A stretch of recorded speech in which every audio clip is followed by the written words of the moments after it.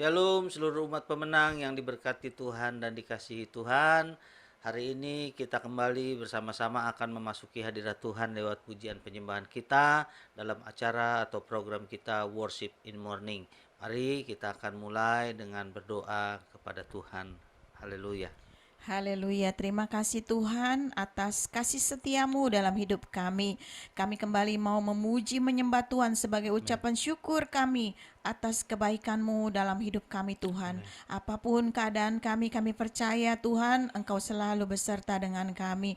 Terima kasih Bapa, urapan Allah mengalir di tempat kami masing-masing. Biar mujizat Allah nyata atas hidup kami.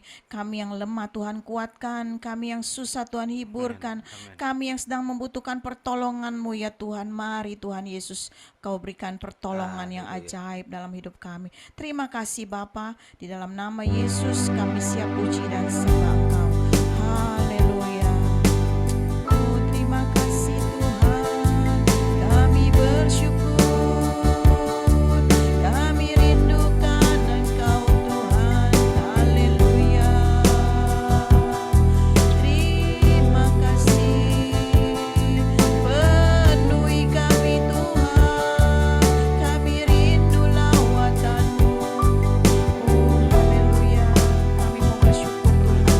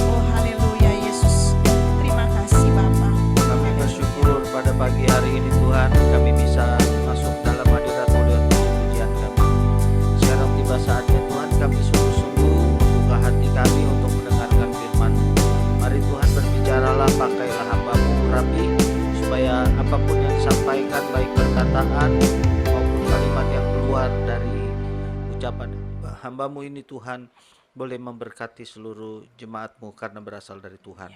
Terima kasih Tuhan Yesus, kami siap menyambut firman-Mu. Dalam nama Tuhan Yesus kami berdoa dan mengucap syukur. Amin. Bapak, Ibu, dan saudara-saudara seluruh umat pemenang, pagi hari ini kita akan kembali bersama-sama merenungkan kebenaran firman Tuhan. Biarlah sebelum kita melakukan aktivitas kita sepanjang hari ini, kita boleh bersama-sama menikmati dulu suara Tuhan. Saudara-saudara, saya ingin mengajak kita membuka di dalam 1 Korintus pasal yang ketiga, ayat yang pertama. Di dalam 1 Korintus pasal yang ketiga ayat yang pertama ada ayat firman Tuhan yang dituliskan oleh Rasul Paulus kepada orang di Korintus, dan demikianlah bunyinya. Dan aku, saudara-saudara, pada waktu itu tidak dapat berbicara dengan kamu seperti dengan manusia rohani, tetapi hanya dengan manusia duniawi yang belum dewasa dalam Kristus. Saudara-saudara, di dalam gereja Korintus itu merupakan gereja yang menurut para penafsir Alkitab, gereja yang paling lengkap karunia-karunia yang Tuhan berikan kepada mereka. Karunia-karunia yang pernah ada di gereja mana-mana, di Korintus ada, saudara-saudara. Belum tentu apa yang ada di Korintus dimiliki juga oleh gereja yang lain. Nah, saudara-saudara, jadi artinya secara karunia mereka itu kaya dan sangat diberkati Tuhan. Namun sayangnya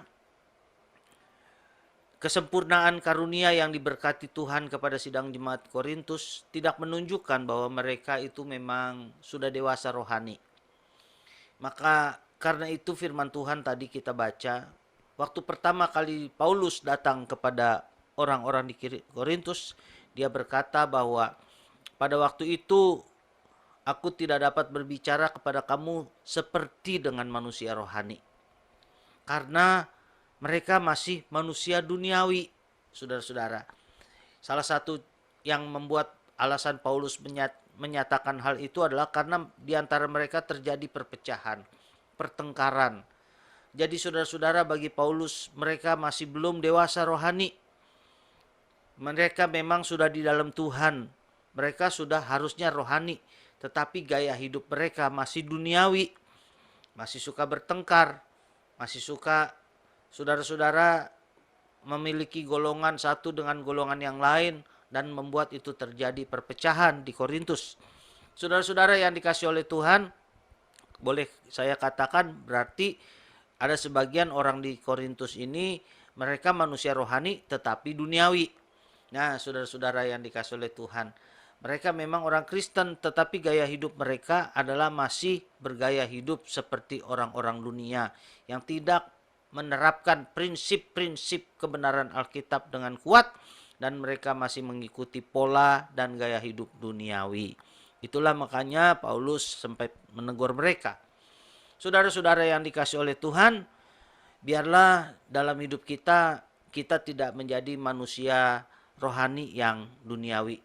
Yang saya maksud adalah kita mungkin hari Minggu ada di gereja atau hari-hari tertentu kita ada dalam komunitas rohani, tetapi di luar sana, di luar gereja, di luar komunitas rohani, gaya hidup kita tidak menjadi berkat. Kita tidak menerapkan prinsip-prinsip firman Tuhan dalam hidup kita sehari-hari, sehingga akibatnya saudara-saudara tidak ada kesaksian hidup yang memberkati orang di sekitar kita berada. Saya berdoa jangan sampai ada di antara kita yang seperti itu, rohani tetapi duniawi, saudara-saudara. Saudara-saudara yang dikasih oleh Tuhan, ada binatang yang bernama bunglon. Kelebihan bunglon adalah dia dapat merubah kulitnya sesuai dengan warna yang ada di sekitarnya. Buat bunglon, ini merupakan sebuah blessing tentu saja, sebuah berkat. Dia bisa melakukan itu agar musuhnya atau ada binatang yang mungkin ingin memangsanya, membuat dia bisa bersembunyi, saudara. Jika dia ada di satu lokasi pohon yang berwarna hijau, dia berubah menjadi hijau. Di suatu tempat yang berwarna coklat, dia bisa mengubah warnanya menjadi coklat, saudara-saudara. Itulah bunglon. Tetapi kalau kita ambil sebuah analogi atau ilustrasi, jangan kita sampai menjadi orang Kristen bunglon, saudara-saudara. Maksudnya adalah hari Minggu kita rohani, hari-hari tertentu kita rohani, tetapi di luar kita tidak menjadi rohani, tetapi duniawi. Warna kita, hidup kita, gaya hidup kita berubah sesuai dengan kondisi yang di sekitar kita. Sebagai anak Tuhan, seharusnya kita yang mewarnai dunia ini dengan prinsip-prinsip kehidupan yang penuh dengan kebenaran. Saudara-saudara yang dikasih oleh Tuhan, saya pernah dengar ada orang yang memberikan ilustrasi, satu contoh, perbedaan antara termostat dengan termometer. Termometer itu adalah alat pengukur suhu. Jadi ketika kita gunakan alat itu, berapapun kondisi suhu kita, itu nanti akan diketahui dari termometer. Berbeda dengan termostat.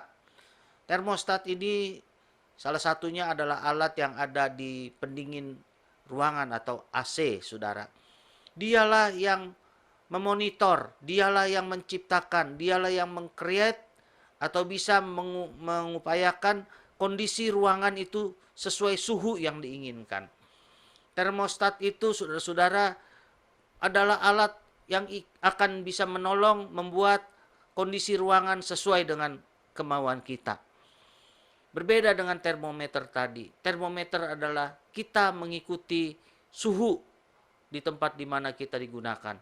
Saudara-saudara yang dikasih oleh Tuhan, anak Tuhan harus menjadi seperti termostat, memberkati orang di sekitar, menjadi orang-orang yang sungguh-sungguh terlihat kerohaniannya, menjadi berkat, menjadi teladan. Saudara-saudara seluruh umat pemenang, hari ini sebagai renungan kita, bagaimana kondisi kita? Apakah kita menjadi seperti bunglon atau kita menjadi seperti termostat?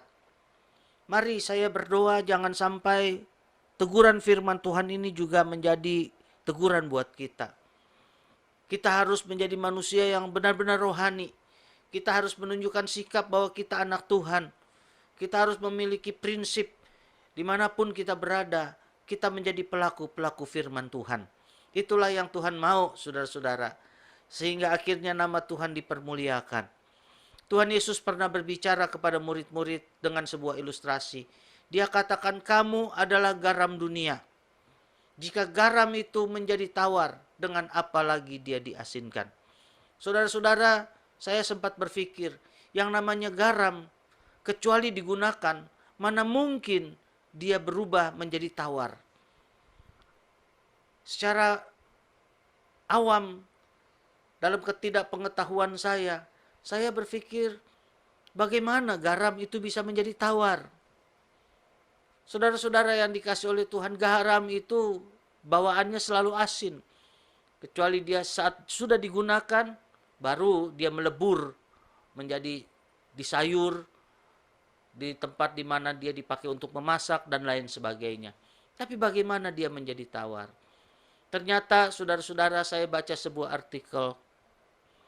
Pada zaman dulu di negara Yahudi, garam itu menjadi barang yang sangat mahal.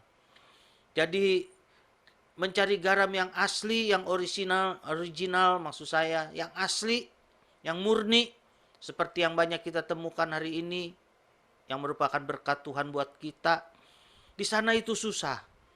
Sehingga akhirnya saudara, garam seringkali dicampur. Jarang ada garam yang murni maksud saya. Nah karena itu saudara-saudara, ketika terjadi perubahan cuaca, perubahan suhu, garam itu campurannya mencair. Dan akhirnya keasinannya menjadi berkurang. Dan kalau sudah seperti itu, apa yang bisa digunakan dengan garam itu? Tidak ada lagi, kecuali dibuang. Minimal, atau maksud saya maksimal, bisa digunakan kalau masih bisa untuk menjadi pupuk. Tetapi kalau tidak, saudara, dibuang. diinjak-injak oleh orang. Itulah yang Tuhan Yesus sampaikan dalam firman Tuhan lewat ilustrasinya garam dunia. Nah, saudara-saudara yang dikasih oleh Tuhan, jangan sampai kita menjadi orang Kristen yang bercampur. Kita harus menjadi orang yang murni rohani. Dimanapun kita berada, kita menjadi berkat. Kita tidak menjadi bunglon, tetapi menjadi orang-orang yang memberkati orang lain. Saudara-saudara, inilah renungan firman Tuhan yang dapat saya bagikan pada pagi hari ini, pada hari ini. Biarlah kiranya menjadikan kita semangat, membuat kita menjadi berhati-hati, bahwa kita tidak hanya boleh menjadi orang rohani saat hanya ada di gereja atau di komunitas kita, tapi dimanapun kita berada, kita harus menjadi berkat, menjadi orang-orang yang rohani, yaitu pelaku-pelaku firman Tuhan. Tuhan Yesus memberkati kita semua, kiranya kita semua menjadi garam dunia dan tidak menjadi bunglon. Tuhan Yesus memberkati kita. Haleluya. Kita bersyukur kepada Tuhan atas firman Tuhan hari ini. Biarlah kiranya saudara-saudara, kita menjadi pribadi-pribadi, anak-anak Tuhan, yang punya prinsip, dimanapun kita berada, kita tetap melakukan firman, sehingga dunia melihat perbuatan kita yang baik dan Bapa Surgawi dipermuliakan. Oh haleluya, haleluya.